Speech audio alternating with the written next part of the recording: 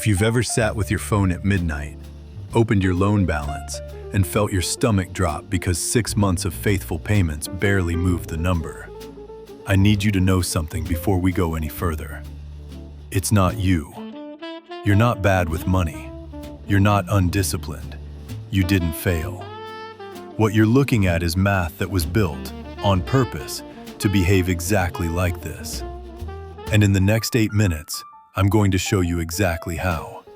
Because once you see it, you can't unsee it. And once you can't unsee it, you can finally do something about it. I'm Fred. This is Loanless.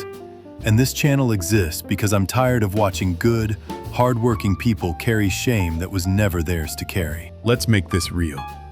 Say you borrowed 5,000 CDs. Momo, an app, doesn't matter which one, at 84% a year.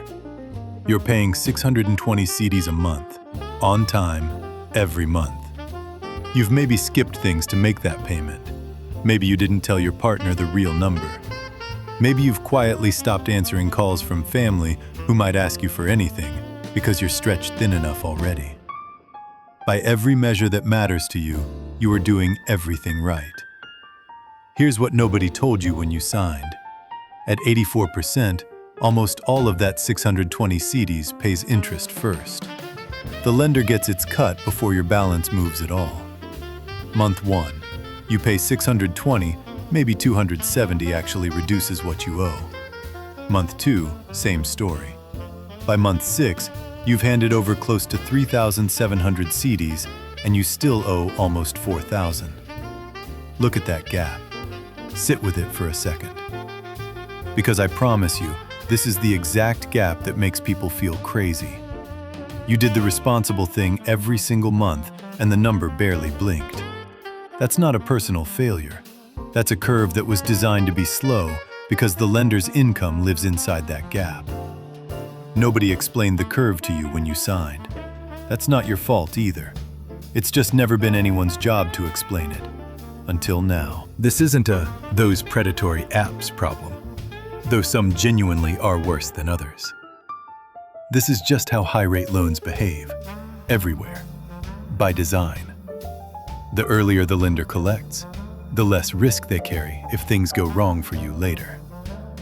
It's not evil. It's just built to protect them, not to get you free quickly. And here's something that might surprise you. Ghana's inflation dropped to single digits for the first time since August 2021, falling to 9.4% by the end of September 2025. That's genuinely good news for the country. But here's the quiet part nobody's shouting about.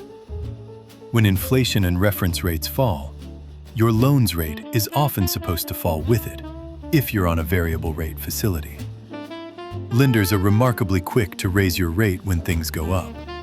They're a lot less eager to call you when things come back down. Now here's the part I actually want you to feel, not just hear.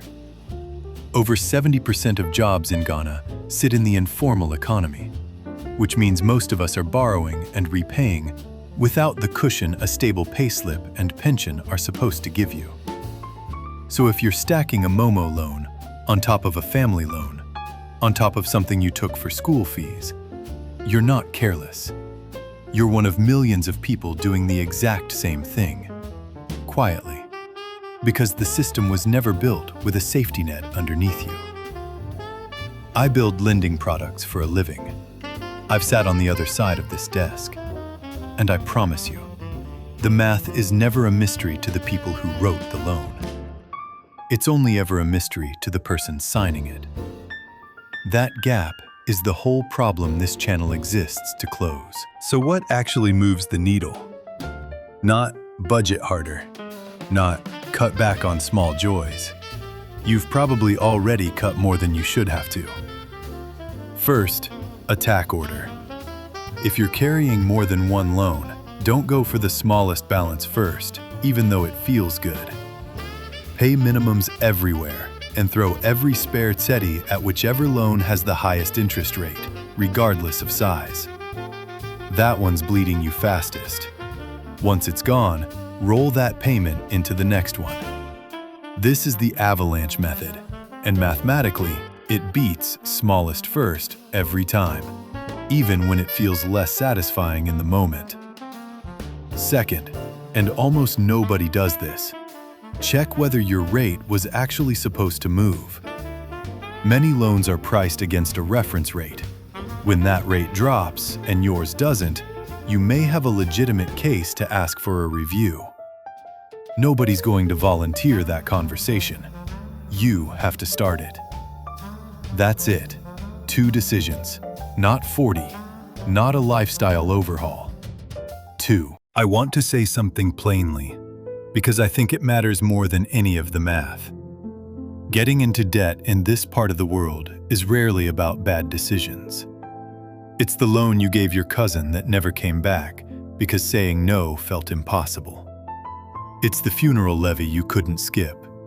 It's the wedding contribution, the school fees that landed earlier than you budgeted for, the emergency that had nothing to do with poor planning and everything to do with life simply happening to you while you were doing your best with what you had.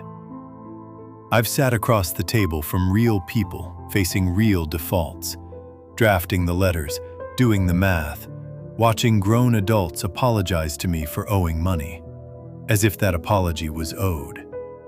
It isn't.